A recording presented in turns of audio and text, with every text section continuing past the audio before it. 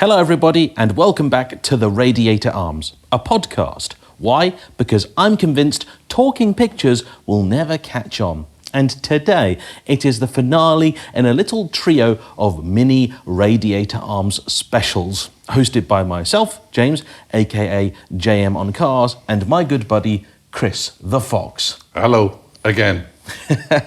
And this last 10 days, isn't it? This last 10 days, we have been travelling through Europe. We started by getting the ferry from Harwich over to the Hook of Holland. We travelled through Germany, down first to the Nürburgring, over to Stuttgart, did the Porsche Museum, went through then to Munich, did BMW, many other touristy things around there, before we then had a little surprise jaunt over into the Czech Republic, where we drove out of Prague in a lovely Audi RS4 Competition Plus, and now we are in our last stop, which is in the beautiful city of Amsterdam, which has actually been quite good to us. The weather on the journey over was not great, was it? No, raining cats and dogs. Yeah, it's pretty fair to say. However, it's perked up a little bit, and though it's nowhere near as warm as it was here in Europe about 3 weeks ago when I visited last, it's still perfectly pleasant. And we've got an absolutely stunning view here on the 17th floor of the Van der Valk Hotel in Amstel, which is, I think, just sort of south of Amsterdam city centre. It's a beautiful little room. I do quite like it, and I thought we'd treat ourselves to a pair of nice rooms for the end of the trip. Yeah, although in comparison, I'm in like the janitor's closet, aren't I? But I like it because it's a deal. Yeah, you like it. You like a deal. He is a man obsessed with getting the best value he can in whatever way he can, although, of course, always legally and legitimate. I was going to say, definitely legally. Yes. And so, yeah, we thought we'd make this episode just a little special one, talking about some of the weird, wacky and wonderful cars that we've seen journeying across Europe that we just don't get back home. We're also going to touch on electric cars as well, aren't we? For yes, we are. A possibility for you and your better half. Yes, indeed. Much better half, shall we say. That's an accurate statement, yes. So Germany, I don't think we really saw anything particularly unusual on that trip. I'm trying to think. No, we didn't. It was just a few very nicely prepared cars at the ring. Yeah, and obviously as many Porsche Carrera GTs as I've ever seen in my life. Yeah, I think 5 Carrera GTs we saw this week. 3 silver, 1 black and 1 white. Though we did start the journey off by seeing a pretty unusual car that I think very few people will have heard about, which is the RML P39. Yes, yeah, that was pretty cool. That wasn't in Germany per se, was it? No, that wasn't. But in the context of these things, it seems worth mentioning. And for those who don't know what it is, and that's probably most people listening or watching, it's made by a company called RML, who have been racing cars for decades now. And they did the 250 short wheelbase tribute, whatever, a while back, which is basically a butchered 550, poor thing. But this is very different. This is based on a 992.1 Turbo S, though in terms of the body there is nothing left. It looks, again, if you're just listening, imagine a sort of a cross between the old 911 GT1 and the 935 race car, and you're sort of somewhere there. It's an incredible piece of carbon fibre artistry, and I hope to be able to get a closer look at it at some point later in the year, though whether that'll happen or not, I don't know. Very rare, very limited car. They're making, I think, 40 of them. Let's just hope it's just not another 911 in one way, shape or guise, because it's not like we're short of them, is it? No, I mean, it is another 911 underneath, but now with 900 odd horsepower, and I don't know, maybe I just don't have the skills to even put a car like that to good use, and I almost certainly don't. But yes, that was nice. Now, one thing we didn't actually spot in Germany that I have seen before is, again, as we've seen, there's a few countries in Europe where we have different rules and regulations for certain classes of car. So I know we've enjoyed greatly ditzing around on the Lime bikes that you can rent in town. I know a few cities in Britain have those too. The Lime scooters, you mean? Yeah, the Lime scooters, yes, that's correct. I do enjoy those, more I think than the Segway. Yeah. And the bicycles are good too. And in fact, I've been cycling around Germany for years and years, because I remember Berlin had a bike rental scheme, I think before London actually did. Really, really enjoyed using that. And it's a good way to get around and see the cities. But yeah, one thing Germany has, there's this weird little category of cars where I think if it's almost the equivalent of like a trike or something like that, or like a microcar. So there's a guy out there and he will convert, and I have seen one before, a Fiat 500, so he'll then squidge the wheels at the back in. Okay. Yeah. So it makes the Fiat 500 that's already short even shorter. No, it's the same length. Okay. It's just the wheelbase at the back is like squidged in. Oh, so you know how the wheels are obviously Yeah. on either corner of the car, they're then sort of in the middle. Right. And I think it's then limited to speed. And I think when he does that, you can then drive it at 16 or something like that. And there's a few other benefits to it as well. Czech, we saw so many Škodas. We did. It was, I mean, it's not really to be like surprised at, is it? Because Well, you say that, but you know, obviously in Britain we make quite a few cars. I know there aren't quite so many British car brands anymore, but we do build a heck of a lot of cars. However, I would say that the Europeans are definitely more patriotic than us. 100%. You know, As you far go to as the France, cars go, yeah. you know, go to France, it's all Renaults, Peugeots, that sort of stuff. Citroens. Yeah, we did see a really cool Citroen the other day, but we couldn't quite identify it, could we? No. It looks like a bit like a shrunken DS, because it wasn't a DS. No. So I'm sure people out there will tell us something that looked like a DS. but about two-thirds scale. Yeah. It was nuts, wasn't it was funky looking. You could obviously tell it was an older car. Yeah. We did see quite a few M2s and things around Germany and that, some with all the option kit on. And in fact, one of them I saw had all the option stuff on, was on British plates. Yep, it was. Don't tend to see too many Land Rovers or Range Rovers down here, though, do you? No. No, that's a shame. In fact, the only Land Rover that we saw was recently, the one that sticks in the mind was when we were walking along the canals last night, and you were trying to work out how it was. Yeah. So here in Amsterdam, they obviously have canals in the city. It's what it's famous for. And people park right next to the waterway. And obviously their left-hand drive. Their left-hand drive, and because of how it works, then the driver's door is effectively opening into the... There was one of them, and there was, 2 inches between the car and the water? It wasn't even that. It was just like... mate, if you just get out of that car, you are in the drink. It's as simple as that. Yeah, so we came to the conclusion that people get out the passenger door. Yeah, they clamber over. Yeah. Because we did think about maybe hiring a houseboat and doing the sort of real proper Dutch thing, but that's the problem. We would have had to have parked the car somewhere in the street.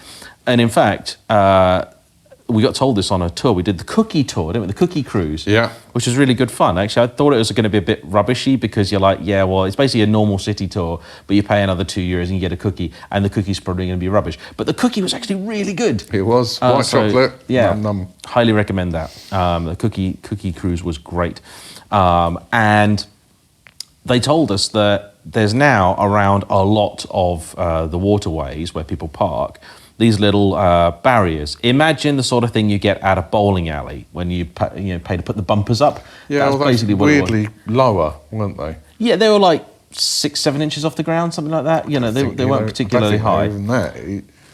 Yes, they're low barriers, and you do think how effective could they actually be? But well, I think reasonably effective. And apparently these were paid for by the car insurance companies, who got tired of claims being made for cars that found their way into the river. drink. Yeah. So there's that. But yeah, Czech. Obviously, we saw a huge variety of different Škodas. Lots of the normal new stuff that we get. Yeah. But also a whole bunch of old, really cool ones. There was a gorgeous little green Favorite driving around. And they also seem... I don't know if this is just a Prague thing or not, but they have what they call it, was it the Prague old car? Yeah, it was weird, that one, wasn't it? Because it looked kind of like an American Ford from way back when. Yeah. Kind of like sit up and beg, and a big old steering wheel and extended. But it's clearly a new thing. It's clearly like a modern day built car. It looks almost like the sort of thing that, you get like kids ride at Legoland type thing. Like it's like a parody of an old 1930s car type thing. Yeah, like a chitty chitty bang bang type thing. Yeah, but not fancy. No. Not fancy at all, not ornate or decorative at all. And It almost looked like a kit car, didn't it? it probably was a kit car. It basically almost a golf buggy. It's like Yeah. a golf buggy crossed with an Excalibur. Yeah. And they were driving those around, and they had short ones, they had like stretch ones, they Yeah. had all sorts. And yeah, this seemed to be a pretty popular way of getting about. Fighting with the bicycles. Yeah, although the bicycles there are nowhere near as bad as here. It's like a plague. But I think this is quite a surprise. I think it's actually here in the Netherlands that we've seen all the most interesting stuff. When we first arrived, I was like, oh, look, Citroen Ami. And then we were like, They're not Citroen Ami. what? Yeah. I mean, it is a Citroen Ami, Yeah, but it's not because it had Opel badges on it. I know. I still don't know what the model is. It's a Rox, or an E-Rox or a Roxy, something like that. That's what it's called. Roxy. Yeah. Nice. So it is just, as far as I can tell, a Citroen Ami, but an Opel one. Yeah, a bit like Peugeots when they paired up with Toyota and they paired up with Citroen for the Is it the Igo? The and Igo. 107 and the C1? That's the one. Yeah.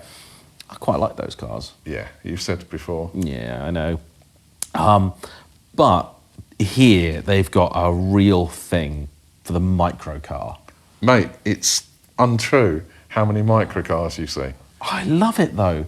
And you know, so Amsterdam is another place that, like a lot of cities in Europe, it's very old, very limited on space, and so they have obviously worked to come up with a set of rules and regulations and things that make certain types of car very, very good to own. I mean, in Amsterdam, honestly, having a Range Rover is reckless.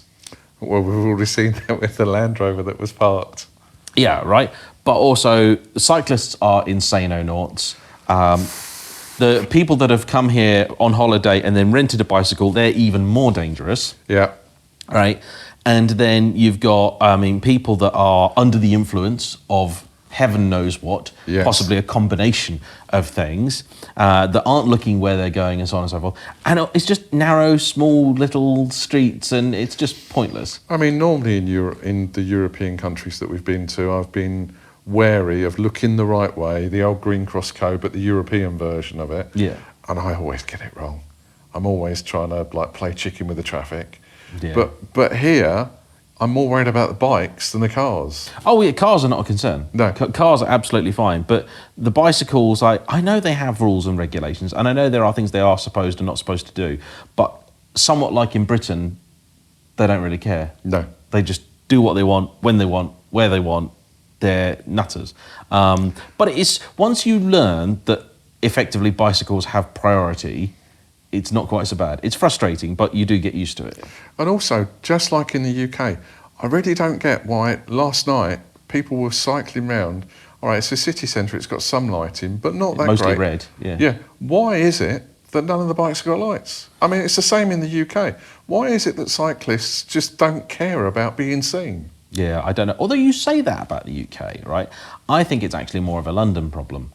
Because when I'm out in Cambridge or Norwich or somewhere like that, and I do see people cycling around, they generally tend to have lights on and everything else.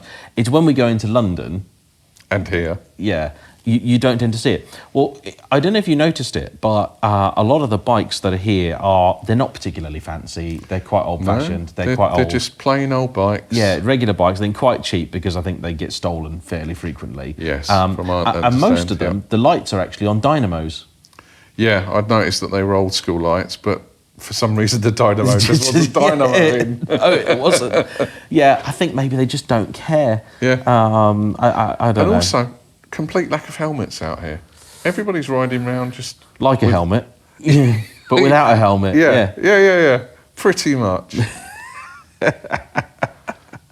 So, we've seen a real combination of stuff out here. Now, they do have some of it in other countries in Europe as well, of course. But we popped into a Chinese car showroom, didn't we, the other day?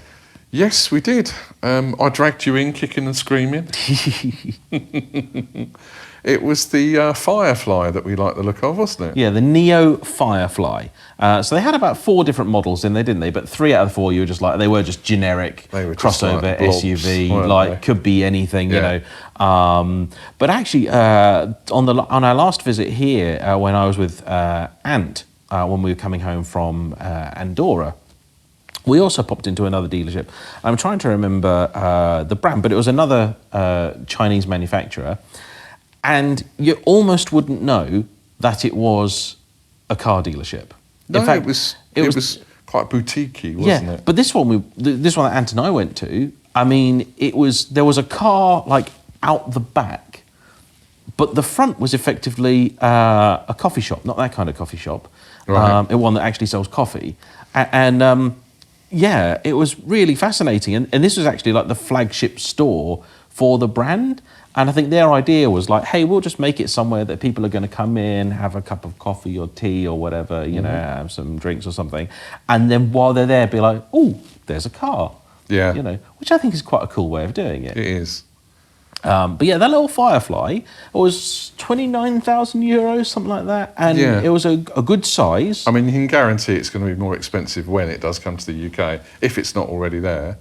Yeah, I'm not sure if we've got many Neo dealers, or any Neo dealers, to be quite honest. I haven't checked.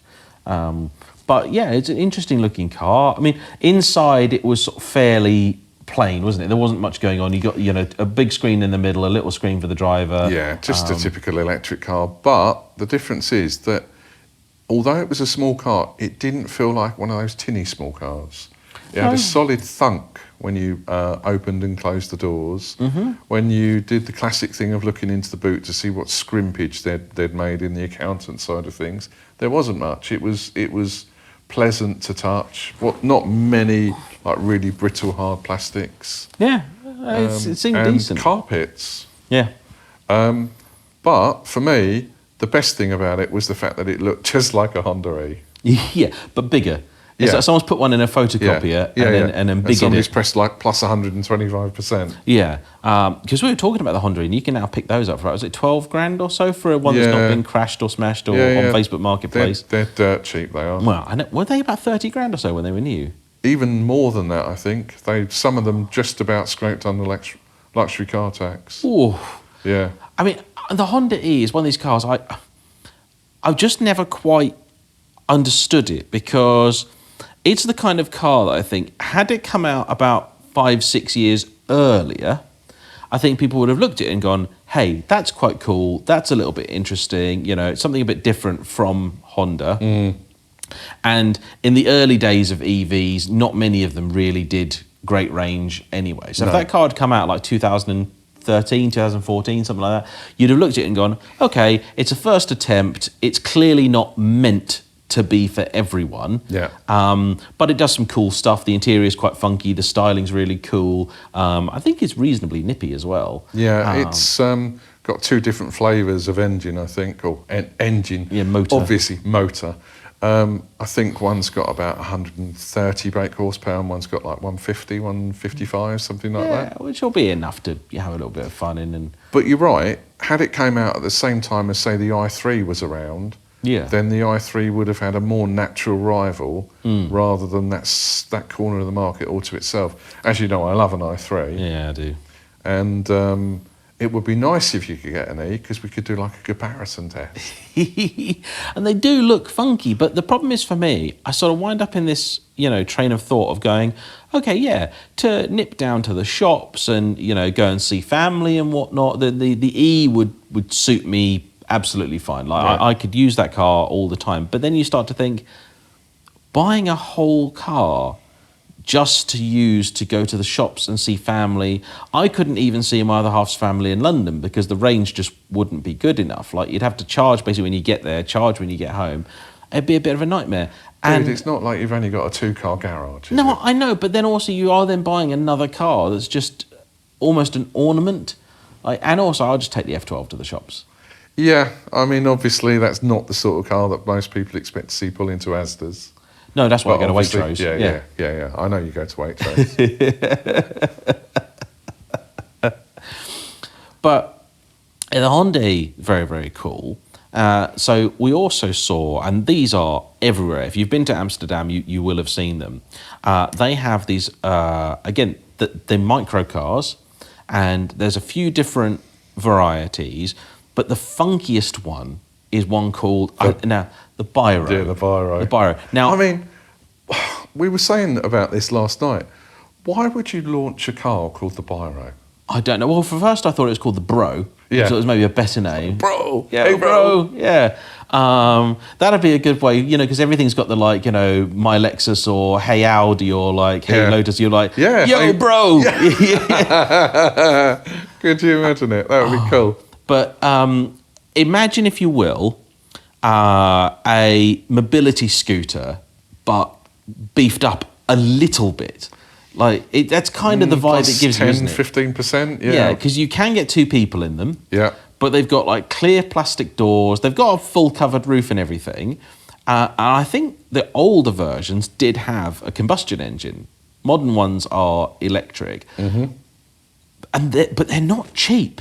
No. At all. They're 23,000 euros for some of them. It must be a tax incentive, mustn't it? The reason that there's so many of them around. I think, and I can't confirm this, but I had a quick look at their website and they said something about a parking exemption being granted. Damn. And I think those almost classify on the same level as a bicycle. I think you can basically park one of those in town wherever you want, and you basically don't have to pay. I think, I could be wrong, but I saw one driving through a bicycle lane the other day. It was cool. Yeah. I haven't seen them here so much, but in Vienna, you have electric scooters, which will do I think it's 25, it's 25 mile an hour, 25k, maybe it's 40k. And they're electric, but again, you can wear a bicycle helmet. So you don't even need to wear a proper motorbike helmet. Because they don't even wear a bicycle helmet on a bicycle. No, they don't here. They really, really don't care. And we also got to see here a Microlino in the wild. Oh, that's the darling for us, isn't it? Yeah. I love the idea of a Microlino. I want to buy a small car. I know. We've talked about it a lot. But so the Microlino is a really good contender. For those who don't know, the Microlino is a modern day version of the car of effectively the same name. It's basically a modern day Isetta, isn't it? Yeah. And it's a nice looking car, isn't it? I mean, it's really funky. You couldn't say it was masculine or feminine. It kind of just... No, it's just cute. Sits that middle ground. But I tell you what, though, the Microlino is one of those cars that you could turn up at basically any car show you wanted, and people would love it. People would ignore the Lamborghinis and Ferraris. I think if I had a Microlino and you took your F12 to Helmingham, for example, I reckon I'd get more views with the Microlino. 100%. Absolutely. And it would be well deserved. Yeah. Because Ferraris are common. Yeah, they are. They're everywhere. The Microlino is really, really cool. But again, they're about 22, 23 grand. In context, though, with some of the other stuff out here, that seems a bargain. In the UK, we always pay more. Yeah. And at least you don't have to worry with the Microlino about the left-hand drive, right-hand drive thing. Well, I mean, you do get them sided, I think. Or are they all left-hand drive? I thought they were in the middle. No. Oh, okay, fair enough. No. Oh, okay. We saw a Carver though. But because they're so small, it doesn't really matter. No, whether I know it doesn't. It really wouldn't matter. But yeah, we saw a Carver. Yeah. Didn't we? One of the new ones. You had a lovely experience in a Carver, didn't you? Terrifying. Absolutely terrifying. That's what that was. It's you ride motorcycles. Yeah. As I have. And you look at the Carver, and I think in your head you think, okay, it's probably going to be more like a bike because it leans. Yeah. Right? Only it's not. Because the thing with a bike is that obviously you lean more at higher speeds. Yeah. When you're getting around a bend. And at low speeds, you're almost completely upright and you just turn the wheel. Yeah. Almost like you would. Or move the handlebars. Yeah, right. So in the Carver, you turn the wheel and that basically tilts the thing and moves it over. But because of the way it works, at really low speeds, like if you just want to do a U-turn or something, you tilt almost completely over at like walking speed, which That must be quite freaky. really freaky, like really, really freaky. And of course, the thing is, but also in a car, when you're at low speeds, you turn the wheel a lot. Yeah. But when you're at high speeds, you don't need to turn it anywhere near as much. Yeah. When a Carver, that didn't really seem to work because I would... It almost sounds like it's the opposite. Yeah, you drive it a bit and you think you get used to it. You come to a bend and go, okay, in a car, this is how much I need to turn. And you go, oh dear, I'm going to go straight off here. You're like, shit. Now, I was told that I was probably doing it wrong and this, that and the other, I would love to have... Yeah, almost certainly. And I would love to have another go. But, yeah, it was an interesting experience. Let's just put it that way. There's kind of a similar bike that we've been talking about recently that looks kind of like the Carver, the C1. The BMW C1. I've got such a thing for those. And again, for those trying to remember, that's the BMW moped from, I think, the very late 1990s, I think, isn't it? I think it's about that era. And it's the one that's got a canopy on it. It'd be perfect. No helmet needed. Well, not here. Yeah. But in Britain, you still need one. Of course, the nanny in state. Well, the thing is that obviously it's a motorcycle, so the default rule is that, you need a helmet. Yeah. But the C1 has not only a canopy, it's got a seatbelt as well. And so basically what happened was BMW went to a bunch of different countries and said, look, we have actually crash tested this thing. And in your kind of general car pulls out in front of you, you go straight into the side of it type accident, this is as safe as being in a small car. I have no doubt whatsoever. Yeah. But, of course, in an accident like that, you don't want to be wearing a helmet because you weren't going to hit anything, but it is extra weight on your head. So it's actually safer without a helmet. And a lot of governments around Europe said, you know what, we totally get it, you can have an exemption. So if you're riding one of those and you built it in, you do not need to wear a helmet. In Britain, that never happened. So I guess what I do is if I have one, you just wear that like complete open face scootery helmet, which I would normally never wear on a motorbike. I go for the full face, like, proper... Shoeburth do a really good... Is it Shoeburth? They are a company for sure. There's loads of them out there. But yeah, BMW C1, but they did do... Most of the ones that I've seen for sale, in fact, all the ones I've seen for sale are 125s. Yeah. And a 125, of course, it's also got to be restricted because it has to have enough power for to be a learner compatible bike. A2? No, is it? I can't remember now. Somebody out there will correct us, obviously, because we always get these things wrong. Well, because A2 is the new category, I think, isn't it? It's a recent thing that came in when they but anyway, it's a 125, so it's about 12 horsepower, so they're limited to. And the bike it's 12. Probably like 30, 40 kilos heavier, I think, than a normal scooter, and that's a lot. Yeah. And I think they did do a 200cc version, which it's just going to make more sense, isn't it? 100%. Because it probably only goes like a 125 with a 200 engine in it. I think you were saying that you've hardly ever seen a 200 for sale in the UK. I don't think I've ever seen one for sale.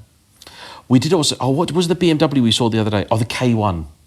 Yeah, the K1 was nice. Yeah, the ketchup and mustard. Yeah. They're so cool bikes. They look like something out of Akira. Maybe the viewers could tell you if they've seen any C1s with the 200cc's out there for sale. The viewers always tell me, but I honestly, it's got to the point where I'm not even... It's got to the point where I'm not even sure whether we actually got one. But again, I suppose I could import one. I've got to say, I still have a thing, maybe one day I'll have to do it, and part of it I think is penance for mocking them when they were new. The original smart car. Like the 4.2? No, but you were saying they weren't called the 4.2. No, the City Coupe when it was new, yeah. We actually haven't seen many of those here, have we? It's the one thing I don't think we've seen many of. No. And I think that might be due to the fact that in Amsterdam they do, like a lot of other places, have some ULEZ restrictions and things. Although, that being said, we did see a gorgeous 6 Series, classic 6 Series, like 1980s. Just puttering through the city centre. Oh, that looks so good. It was lovely, wasn't it? Yeah. There's been some beautiful classic cars we've seen while we've been away, and the amount of stuff that's out here that is just clearly really well looked after, really well loved. It's amazing. Like, I haven't really seen many like proper snotters about. No, it's weird, isn't it? Because like in Germany, we saw a few snotters. Yeah. But here I haven't seen any. Although, I tell you what, we did see about 3-4 weeks ago when Ben and I were in France for the Euro Run. We saw shed loads of them at Festival of the Unexceptional, and then you never see them. The Mark 1 Renault Twingo. Yeah, I think it's more of a thing out here in Europe than it ever was in the UK. Yeah, because they didn't do a right-hand drive version, I don't think. Right. But yeah, in France, they're everywhere. Yeah. A bit like the old 2CVs used to be 20, 30, 40 years ago. Yeah, those are quite a rare sight now. Yeah, and they're cool cars. And I've still never driven one. Really? Yep.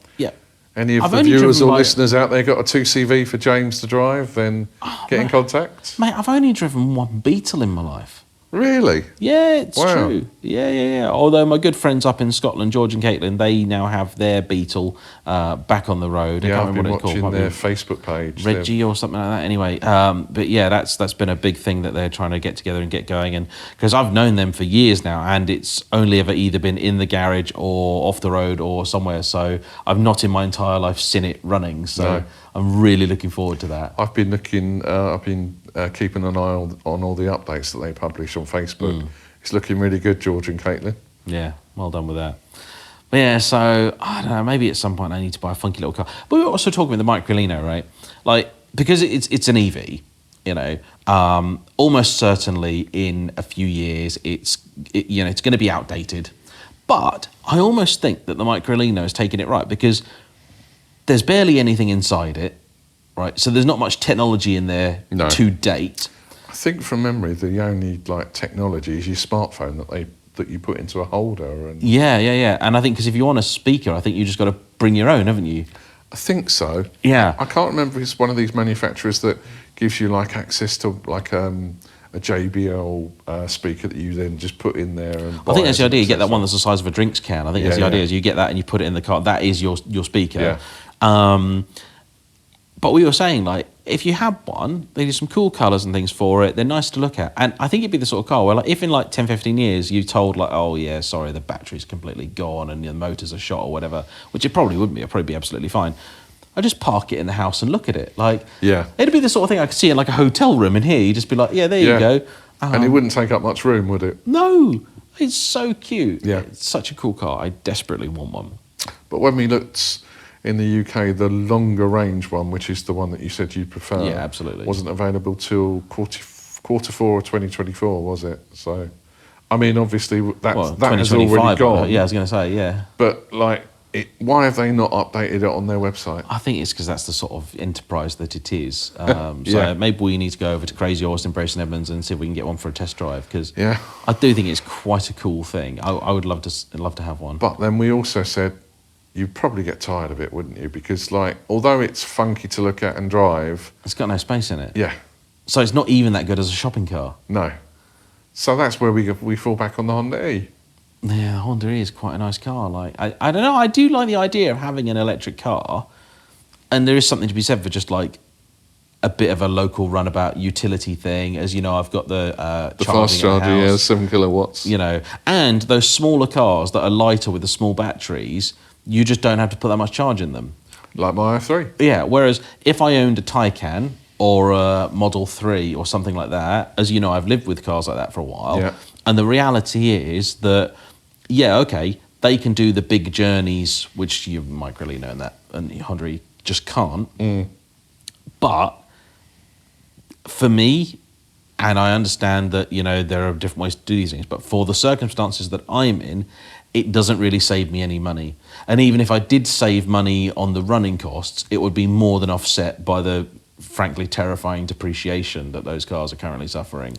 But it would prove that you're doing your little bit out there with the multitude of other cars that you've got, looking after the environment and being green. Hey, dude, my environmental policy is that at any one point in time, I've taken at least 9 different cars off the road. True. I can True. only drive one at a time. Yeah. And they're all old, and they're all recycled cars, I didn't go and buy a brand spanking new car. So what reason would make JayEmm buy an electric car? I know that we said about your better half, Yeah. and as a result of that, you decided that it would be something that, because she's relatively new to driving, you'd like to get her to experience my i3. Yeah, we need to get her out in that because I think she'd really, really like it. She's got a RAV4 at the minute, which she does enjoy, but is, it's a cool car, but it's, 20-odd-year-old car, and, it's got some miles on it and that. And I think the i3 she'd really enjoy just because it's just simple. And to give her some credit, she made sure to get a manual license because she really wanted to get a manual license, which is a very good thing. And she wanted a manual car, but I think just for nipping around town, like, the EV is just the best. Like, I love it. And to be honest with you, like, it's actually really, really simple for me, which is that an EV doesn't make any logical sense for me, like none. Yeah. We had that Model 3. We both drove it quite a bit for a week, and scared the bejesus out of ourselves when it just stopped on the motorway for no random reason. Yeah, but aside from that, it actually did quite a bit right. Yeah. And there was a lot that we both really liked about it. But I worked out that to buy the one that would actually suit me, I'd need the not even the performance, but I'd need the long range at least. You're talking £50,000 for that, and based on the prices of the older ones, which were cheaper to start off with, I'd be losing for the first 3 years probably about £10,000 a year. See, I disagree with you on the range side of things, though. It's not like you haven't got any other cars that you could go to. So why do you need an electric car that has, let's say, 150 miles range plus? No, okay, but here's what I'm saying. To go and buy an EV that could do my big journey, which is basically 210, 220 mile round trip, and I can sometimes do that 3 or 4 times a week, I would need something like a Taycan or whatever, and even that would be marginal, certainly in winter. But it just wouldn't make any sense. To buy something that's more of like a little runabout around town, because it'd be a cheaper car to buy in the first place, would make a bit more sense. I genuinely think the thing with the Microlino that makes it so appealing is that I don't actually care that it's an EV. I just like it. I was exactly the same with the i3. I just like the look of it. Yeah, right. Like, and it's built in a very cool way. In the case of the i3, it's very clever. The technology is really cool. Even now, it's put together in a very, up-to-date, cutting-edge way. Safe. Yeah, very safe and all that. And it's actually a pretty good drive as well. It's not overly cluttered inside. It's actually pretty clean and sleek and all that. And we went to the BMW Museum. We noted that they had a concept car there, which was like an updated M1 from about 2008, 2009. Yep. And there were little styling cues in that. That made their way onto the i8. Yep, the designer was like, I'm really Yeah. The little back of the i8, where there's it's got like a floating C-pillar type thing, like that was already in this M1 concept. So, yeah, I think that's the thing for me. Is like, I would definitely buy an EV. The big ones just don't make any sense to me at all. But I think I'll just then do the thing I do with all my cars, which is don't buy one that makes sense. Just buy one that I want. Yeah, buy one that you like the look of and that you think would actually fit in your life. And we come back to the Honda E. Okay, here's the thing with the Honda E. I know a chap in Scotland who had one, and I think he counted it as the worst car he'd ever owned. Really? Yeah.